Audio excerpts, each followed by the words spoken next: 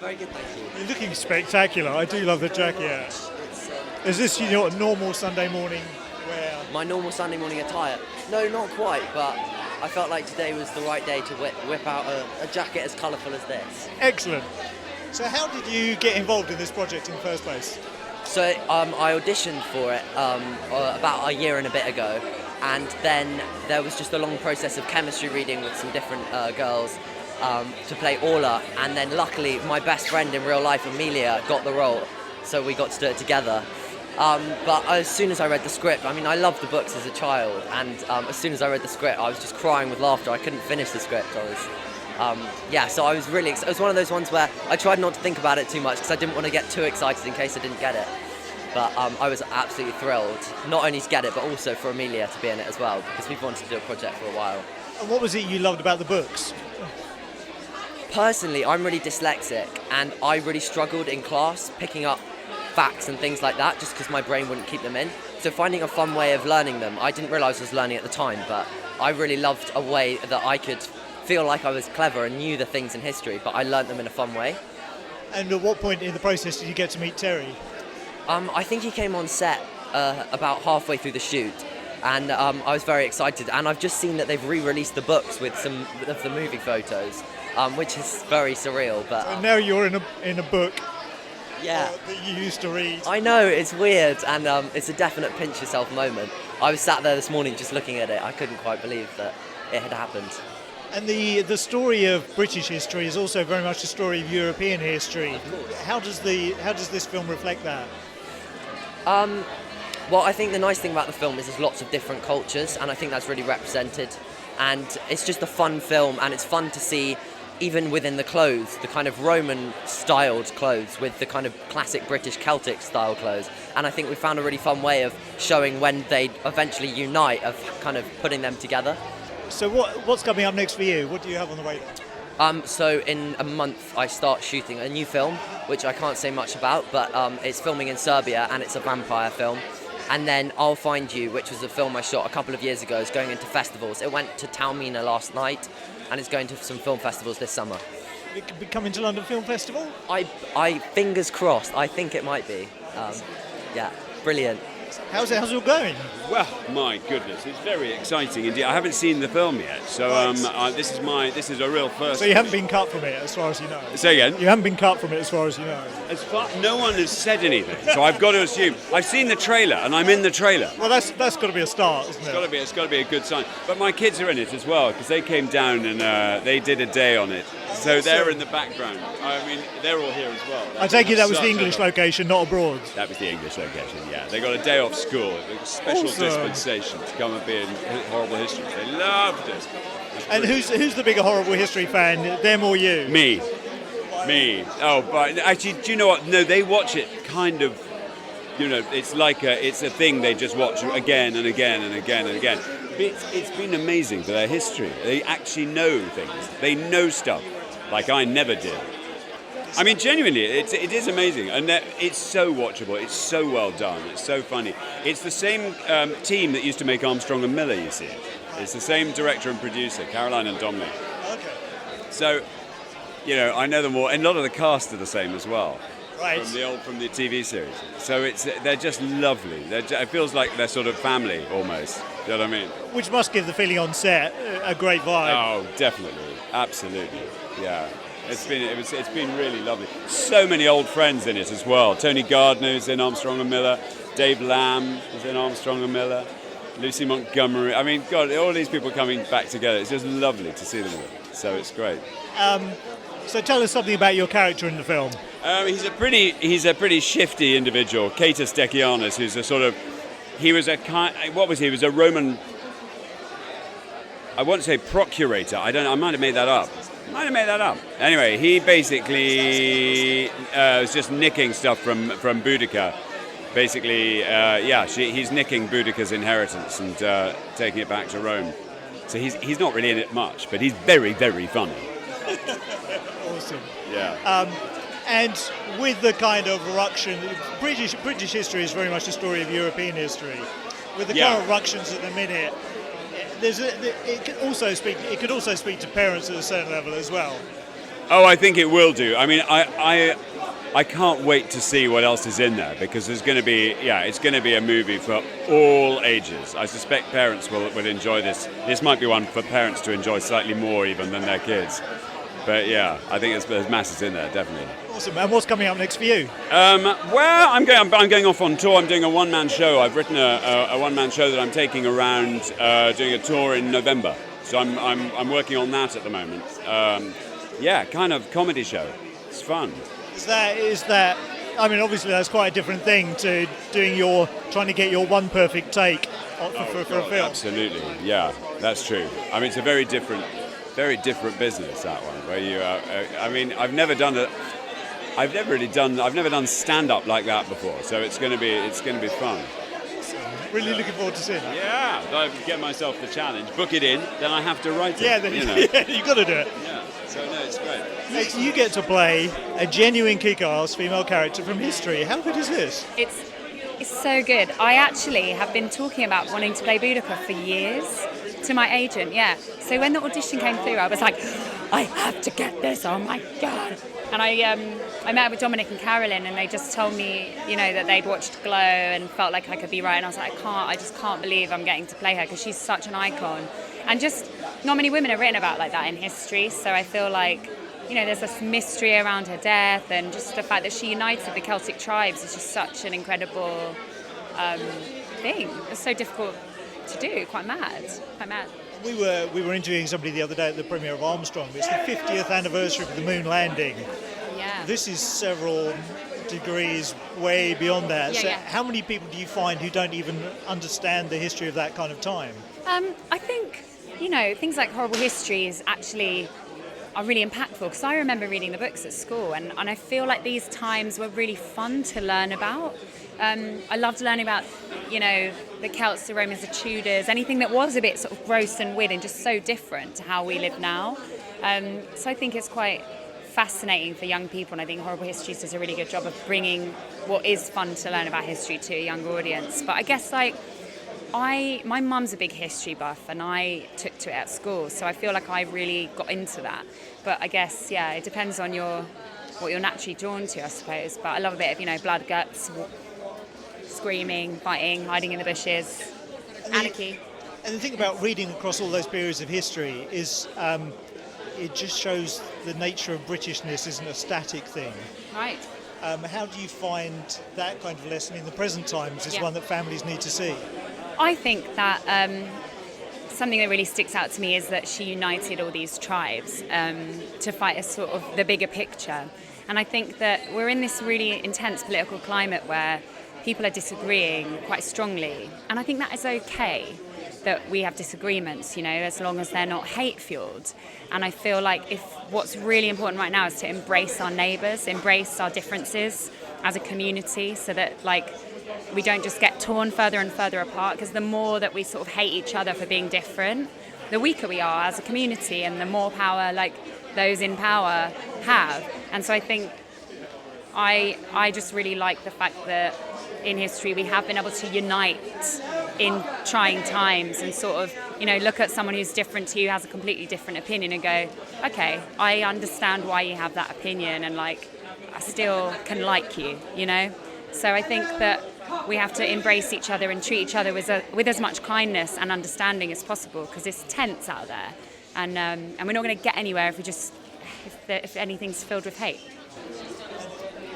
What was the coolest thing you got to do as Boudicca? Definitely charging and screaming from the bushes whilst being eaten alive by ants. There's the scene where we're all hiding in the bushes. There was the biggest, fattest ants crawling all over us, and all the extras were getting them all in their sandals, and so I was trying to hype them up as Boudicca leader, but they were all over us. We couldn't do anything about it, and so we were in it together, and we. It felt quite exciting, because it felt quite real, because we were being eaten by ants. I think it added to the drama of the scene, yeah. And what's coming up for you? Have you got more films, more music? What do you want to be doing next? So I have a documentary out at the moment on iPlayer called Underestimate the Girl, which kind of explores my journey with music so far, the past few years especially.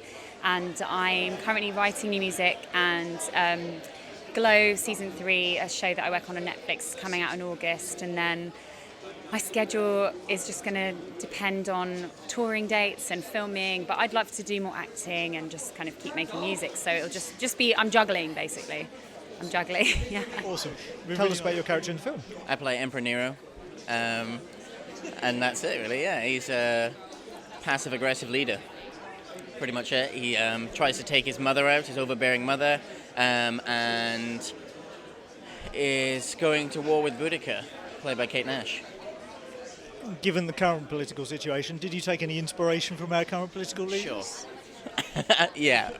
I mean, you can do. Yeah, absolutely. There's a lot there. There's a lot on the plate. But no, not anybody. I'm not going to say anybody specifically. Were you much into history before this came along? No, I learned a lot. I didn't have the best grades in history, so it was the most ill-prepared I've been with a role. But yeah, I learned a lot. That's the great thing about this film. It's a history class. Did you get to go out? Were you in Bulgaria when they were? We did a few days there. Yeah, I went there for a little bit. Sylvester Stallone was shooting something there at the same time. It was they had these sets that were already built. Can't remember what he was shooting, but I just remember that being a highlight. So what was the atmosphere like on set? I mean, obviously, Horrible Histories has a certain ambience to it. Was it fun? No, it was. It was. It was super fun. Everyone was so chill. Everyone was very chilled, and it was very funny. Everyone's super funny. So it was a lovely. It wasn't intense in any way, which is always nice. And what's coming up for you next? I directed a movie that I wrote last year with Sally Hawkins and David Thewlis, Billy Piper, Alice Lowe, and Penelope Wilton are in it. They're all awesome. So that's coming out later this year, I hope. If people like it, then hopefully it'll come out. Who knows? Tell us how you got involved in this. I got involved in this because, I got asked to be in it. And I thought, I love Horrible Histories. I've never been in a film. Why wouldn't I say yes? So I said yes.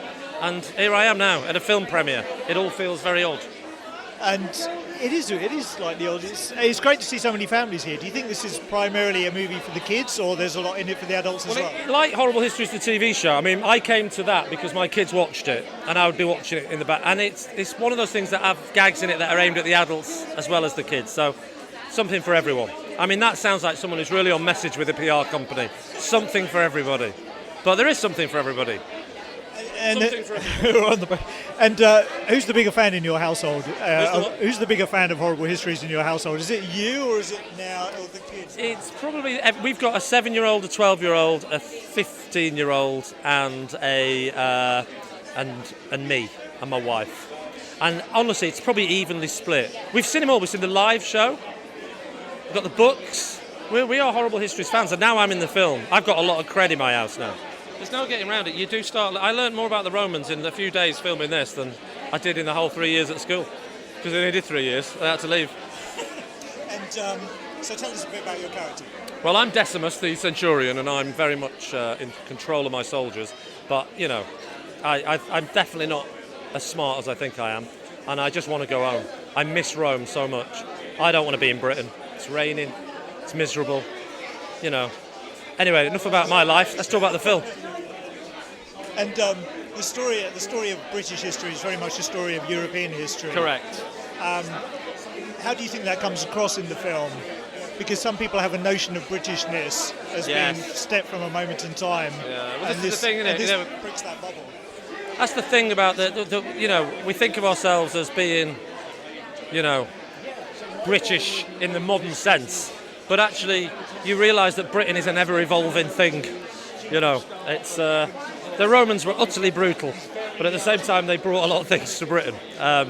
So yeah, it's interesting, you know, to think about. I mean, as I say, I knew very little about this subject, but it got me interested. I did a little bit of research. A bit too late now because I've done the film, but.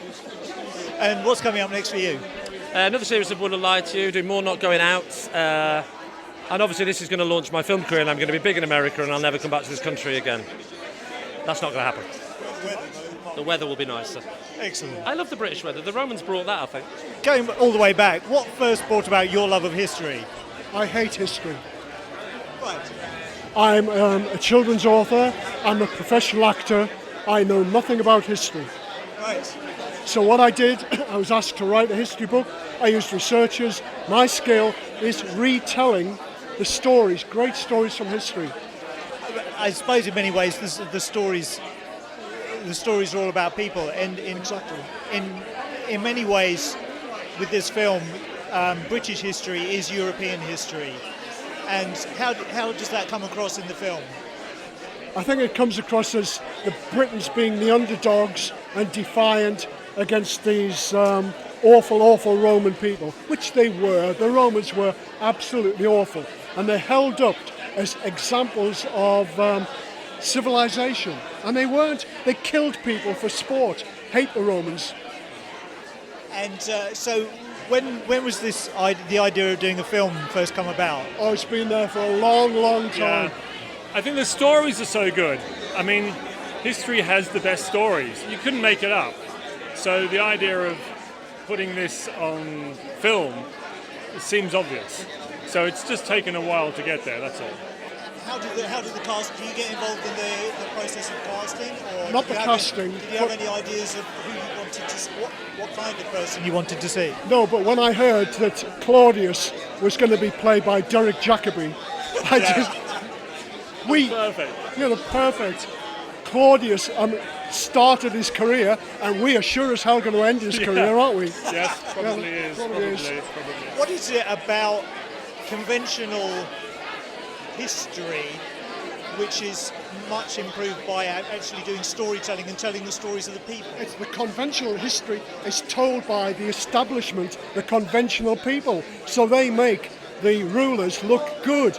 And every ruler in history is either ignorant or cruel, or very often both. I rest my case. And do we have Horrible Histories Brexit edition coming up anytime? It's been written, but the publishers think it's a bit too powerful and it might be too controversial. So Besides, it ain't over yet.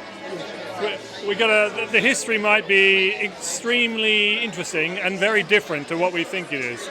So who knows? Watch this space, I suppose. I spotted you was at the Vitality 10K. You were there on behalf of your charity, I understand. And can you tell us a few words about that? Yes, I was co-founder and I'm now the president of a charity called Little People UK, and we help people with dwarfism and their families in the UK. And we have lots of fundraisers who go out doing really great things for us, and on that occasion we had some runners in the Vitality Run. And it's always nice if, as a charity, we can make an effort to go out and thank these people as they're doing the event, or at least afterwards. Awesome. And how did you get involved in this project? Well, as with most work now, my agent gives me a call and says, you've been offered a role in such and such, and on this occasion it was Horrible Histories. And as soon as I heard Horrible Histories movie, I was like, oh, I've got to be a part of that. The books were great, the TV series was fabulous, and it was a really fun cameo as well, so I jumped at the chance. So how did you become aware of Horrible Histories in the first place? Have you followed the TV series, or? Yeah, I mean, I've got two kids, they're grown up now. Annabelle's 22 and Harrison's 16, but through their childhood they would watch the series, and they would use the books as well to access various time periods in history. Instead of the boring textbooks they would get from school, we could at least look through these books and kind of get a sense of what we were talking about in a more entertaining and accessible way. And do you think that comes across through the film? I don't know how educational the film is, but as far as entertainment goes, it's right up there on at the higher levels. But educationally, I don't know. Who knows? We could be entertained and educated. That would be fantastic, wouldn't it? Very much. British history is very much a story of European history as well. Are you going to find it more difficult to work in Europe post-Brexit, or how does that? I don't know. I mean, I haven't really considered the impacts it's going to have. I'm just going to see what we end up with, and then probably have a look at that. But I think we're so used for so long to be able to cross those borders and work freely on whatever production it might be, but in future it may become a little more challenging. There'll just be more paperwork. That's what we're going to end up with. More time consumed and more kind of red tape. And what's coming up next for you? I'm currently shooting more Tenable, my ITV quiz show. So working on a new series of that at the moment. And I'm doing a lot of voiceover work now for animation. So there's... You get to sit in the studio rather than go out. It's quite nice because, you don't have to do your hair, you can just rock up. But equally, it's still as challenging and as kind of a performance than you'll give whether you're on camera or not. Actually, more so because you have to get all of the intonation and the character through your voice. And then you watch the animators do their wonderful work and bring the whole thing to life. And so currently just finished the second series of Moomins, which is the Sky One series, which is fabulous. And I'm just finished something called Master Moley, which is a Christmas special, a lovely animated character that I'm voicing for that. So those two things at the moment. And then we have Maleficent 2, Mistress of Evil, that comes out that I'm part of later in the year. It's all busy, yeah.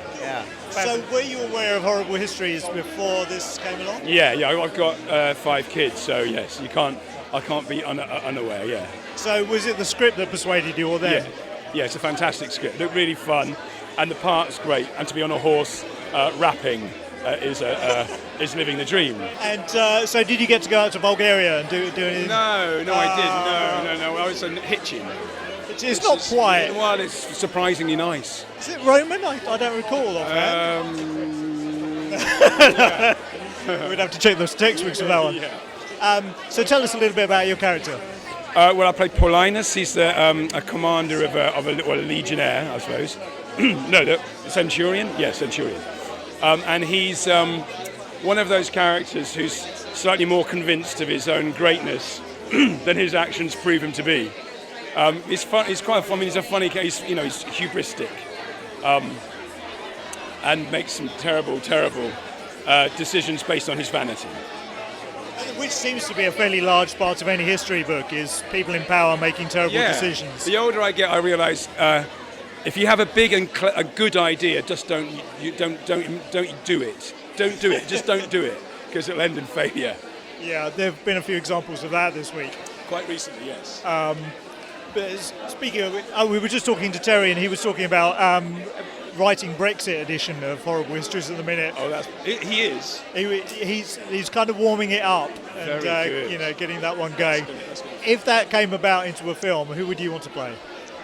Not that anybody's coming out of it very well at all at the moment. No, I wouldn't want to be come out of it well. No. Juncker or? Sorry. Would you be Juncker or? Oh yeah, I could be. Yeah, I could be Juncker. Yeah.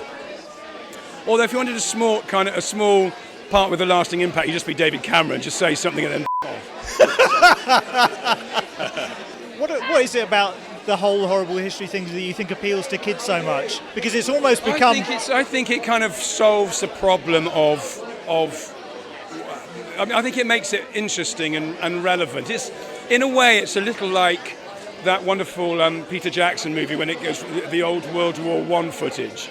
That moment when he goes into colour, people become real. The past is it's so easy to distance yourself and not connect in any way. And I think this brings history alive to people through humour and wit, and just makes it vivid. Yeah, because fundamentally it's the story of people. Yeah, it's the story of how we got to where we are now.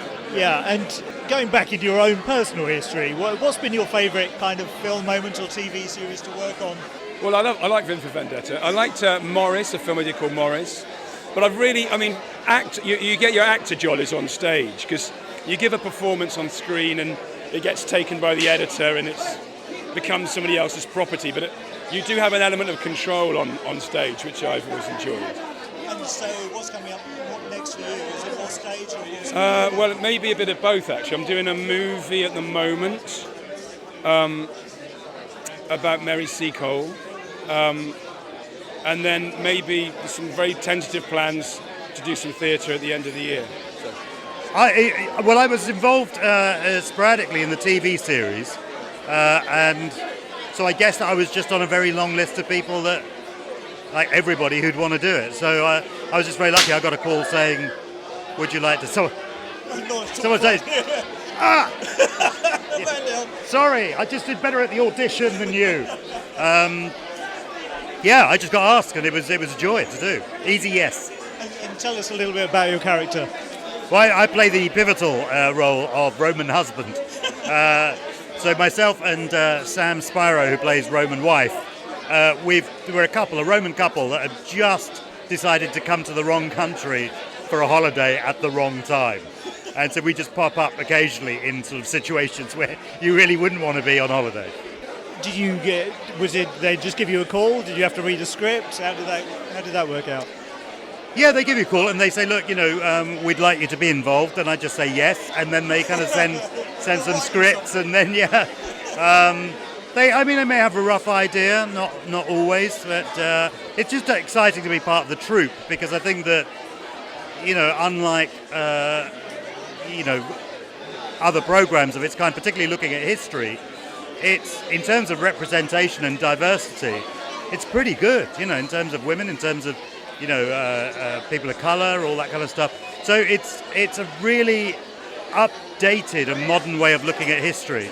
And the fact that they take the time to be historically accurate as well, it just adds to my kind of admiration of what they do. Because essentially and fundamentally, you have to be funny first. And over all the series they've done, I think they've done that really consistently. And the representation has been great. And I think that's a very important thing to be putting on screen for our families. But also the thing at this point is British history is very much a story of European history. How do you think that comes across in the film and what people will take away from it? No, the notion of Britishness has never been a static thing. That's the thing. It's not that it hasn't always. It's never been static. And so, whether it depends on where you want to draw the line. Some people in the modern day decide that they want to draw the line at 1980 or 2000, but you're going to go, my dad came to Britain in 1956. Yeah, draw a line there. If you want to draw it, the Huguenots, Norman conquests. At that point, we became quite a bit, more French than we had been before that. Prior to that, the Vikings, we became a little bit more Scandi than we were before that. It just goes back and back and back. So, that notion of Britishness being a static thing has always been a nonsense. And anywhere in the world, people have migrated. As soon as there was migration, things changed. And culture is something that is constantly evolving. So this idea that you hear a lot about people wanting to go back to a certain form of Englishness or Britishness, you're going to go, you can put a pin in that line of history, and Englishness and Britishness would be different. So, it always evolves. It will continue to evolve. There's nothing that really can be done about that. And when people have tried to do it and enforce it, it's not ended well for them. What's coming up next for you? I'm in that really weird position of being involved in two films that are out at the same time. So Horrible Histories and Yesterday, which has come out, which has been great.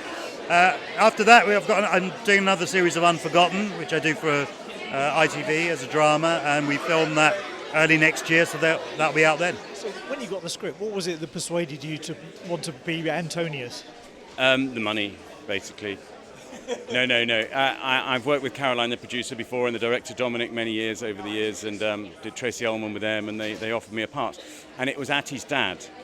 And I said, I'll do it if you give me a name. Because you can't, as an actor, you sort of always want to have a name for a character. And I was Atti's dad, so they called it Antonius. So after me, you see. So I'm Tony. And how was filming? What was the atmosphere? Yeah. Oh, great, yeah. It was really good, actually. Really good. I haven't done that many movies, but it was just really good fun. Lots of old friends. I knew Dave Lamb I worked with. We had to dance, and we did a song at the end, and that was fun. And we did a few days filming in England, I did, and then we were lucky enough to go to Bulgaria to do the Roman stuff. So there's a big Roman set out there, so it was great fun.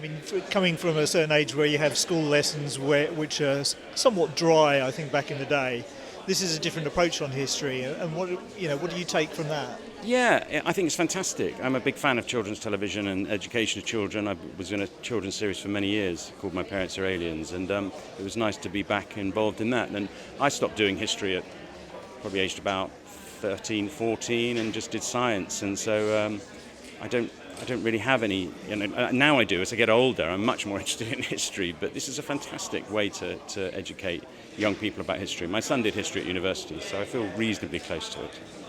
And what's also very interesting about this movie is that I live in Colchester, from Colchester. We've lived there for 15 years, and Colchester's mentioned in this movie a few times because of the Roman connection. So it's big up for Colchester. Awesome. And what's coming up next for you?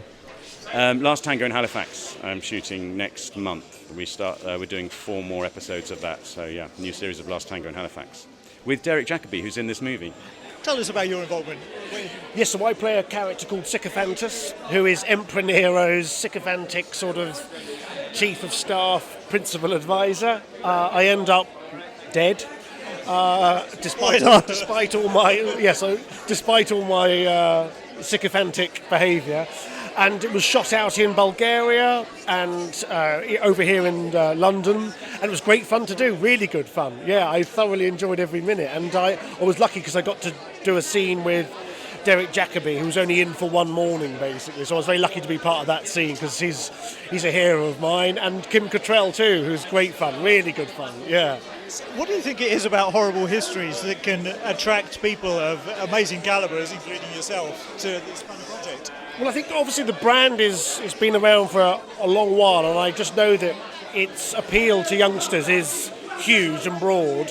So it's always good to be part of appealing to that younger audience, because one day they'll probably be responsible for hiring you in some form. So frankly, it's a cynical way of keeping myself employed, when they become executives or whatever, yeah.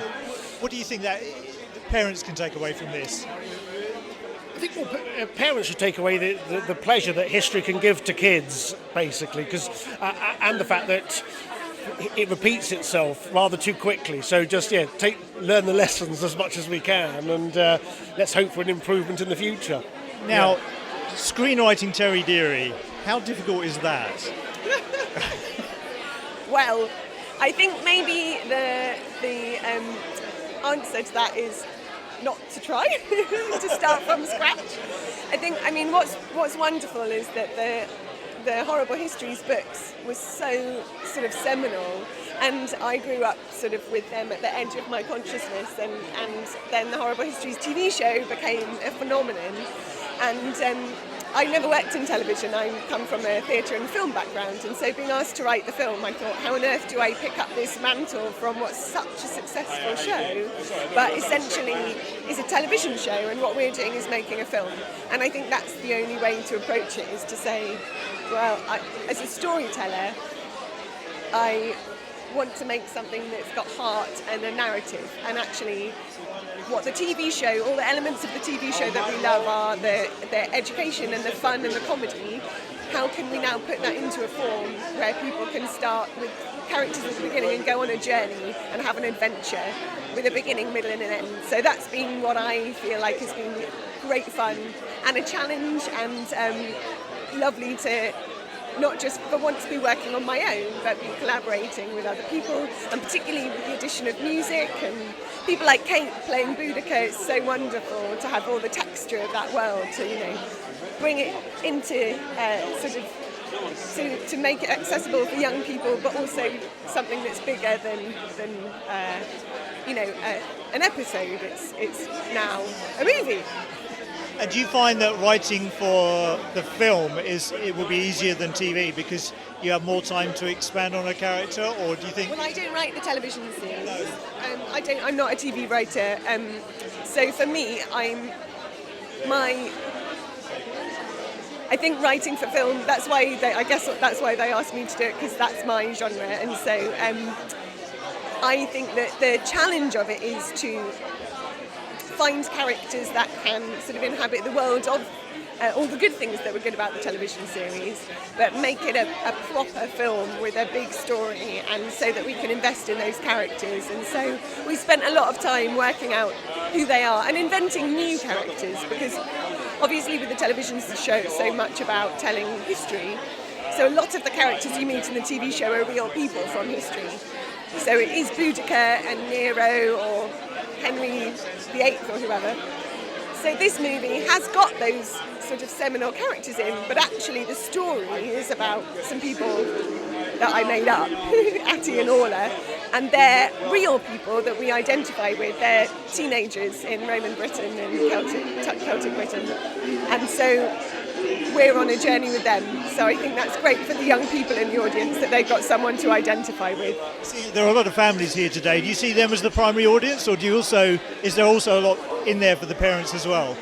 Well, I think any good family film has to have something for everybody. So absolutely there's stuff for the kids, but there's plenty for the adults as well. And with a cast like this, where there's some of our favourite actors, it's just lovely to be able to write something where you hope that there's something for everybody. So, for example, Derek Jacobi playing Claudius is brilliantly funny for the kids, but something that has an extra level of comedy, obviously, for anybody who remembers when we first met him as that character. I love the fact that he does it. I just think that's brilliant. So, yeah, it's really wonderful. What's coming up next for you? Well, I've just shot my first movie as a writer-director, so it's called Summerland, and it's just heading into festivals, submissions at the moment. So, and that is a movie which has a very special place in my heart, which stars Gemma Arterton and Gugu and Barta Raw and Penelope Wilton and Tom Courtney, and it's a story about folklore and magic and English countryside and where we all come from. So possibly see you at London Film Festival? Absolutely. I'll be there with Belgium. That would be great. Ladies and gentlemen, you're watching Hey You Guys! Hey You Guys, huh? Hey You Guys. Is that from the Goonies? It is indeed, yeah. Nice. Hey